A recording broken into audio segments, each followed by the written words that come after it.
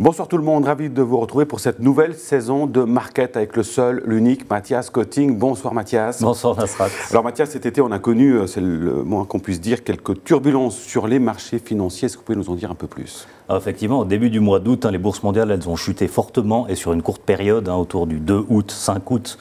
Depuis, les marchés financiers sont remontés, ils ont totalement effacé ces baisses avec par exemple le marché américain, le S&P 500 qui est à nouveau presque au plus haut.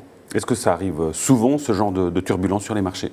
Alors j'aimerais parler de la douche écossaise dont l'inspiration vient de mes vacances récentes et qui serait utile pour répondre à cette question. Donc juste la douche écossaise, c'est un concept où on alterne la douche, l'eau chaude et l'eau froide. Quel lien, Mathias, avec les marchés financiers ? Alors sur les marchés, c'est un petit peu similaire dans le sens où on voit souvent des sensations qui peuvent passer du chaud au froid. Comme avec cette fameuse douche, comme c'était le cas également au début du mois d'août dernier. Donc au niveau économique, on n'a pas eu de changement majeur au mois d'août. Par contre, on a eu le sentiment qui a beaucoup varié à ce moment-là, avec un certain moment de panique, je dirais. Et des épisodes de ce type-là sont réguliers ? Alors ça peut arriver à peu près une fois par année, c'est ce qu'on peut observer. Par contre, ce qui est intéressant tout de même, c'est que ces périodes de douche froide ou de baisse, elles ne durent pas trop longtemps. Et puis l'eau chaude, elle a toujours fini par revenir sur les bourses qui sont toujours remontées. Bon, on le comprend, ces turbulences font partie du jeu. Autre sujet important, c'est évidemment les élections américaines qui arrivent à très grands pas. Qui de Harris ou de Trump est meilleur, si j'ose dire, pour les marchés financiers, du point de vue des marchés ? Alors bien évidemment, c'est dans la grande actualité actuellement. Ce qu'on peut dire, c'est qu'ils ont tous les deux des points positifs et négatifs pour l'économie et les marchés financiers. On peut par exemple mentionner Harris qui propose de remonter les taxes aux entreprises aujourd'hui, alors que du côté des républicains, Donald Trump parle plutôt de les abaisser. Donc a priori, si je comprends, Trump serait plutôt meilleur pour les marchés ?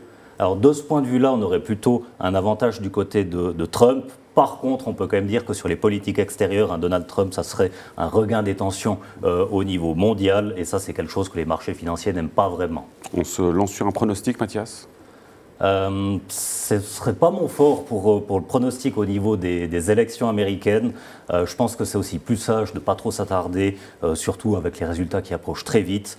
Une autre chose aussi, c'est qu'entre les promesses de campagne et puis la réalité du terrain, par la suite, il peut y avoir encore des différences. Par contre, moi, je propose d'aborder un sujet que je trouve très intéressant et très important maintenant. C'est une nouvelle tendance au niveau économique qui est en train de se dessiner. Laquelle de tendance, Mathias ? Donc on a vraiment quelque chose de nouveau au niveau des taux d'intérêt. Depuis le début 2024, on avait cette tendance où les banques centrales ont commencé à baisser les taux d'intérêt. C'était c'était le cas quelques fois par exemple pour la BNS, également un petit peu en Europe. Et puis on a eu cette première baisse de taux du côté des États-Unis au mois de septembre. Et la tendance qui se décide maintenant, c'est que ces baisses de taux, elles vont vraiment s'accélérer maintenant. Et qu'est-ce que ça change concrètement ? Alors concrètement, on va avoir la cadence des baisses de taux qui va devenir plus rapide. Ça a été annoncé d'ailleurs du côté des États-Unis. Les taux vont fortement baisser d'ici fin 2024 et également en 2025.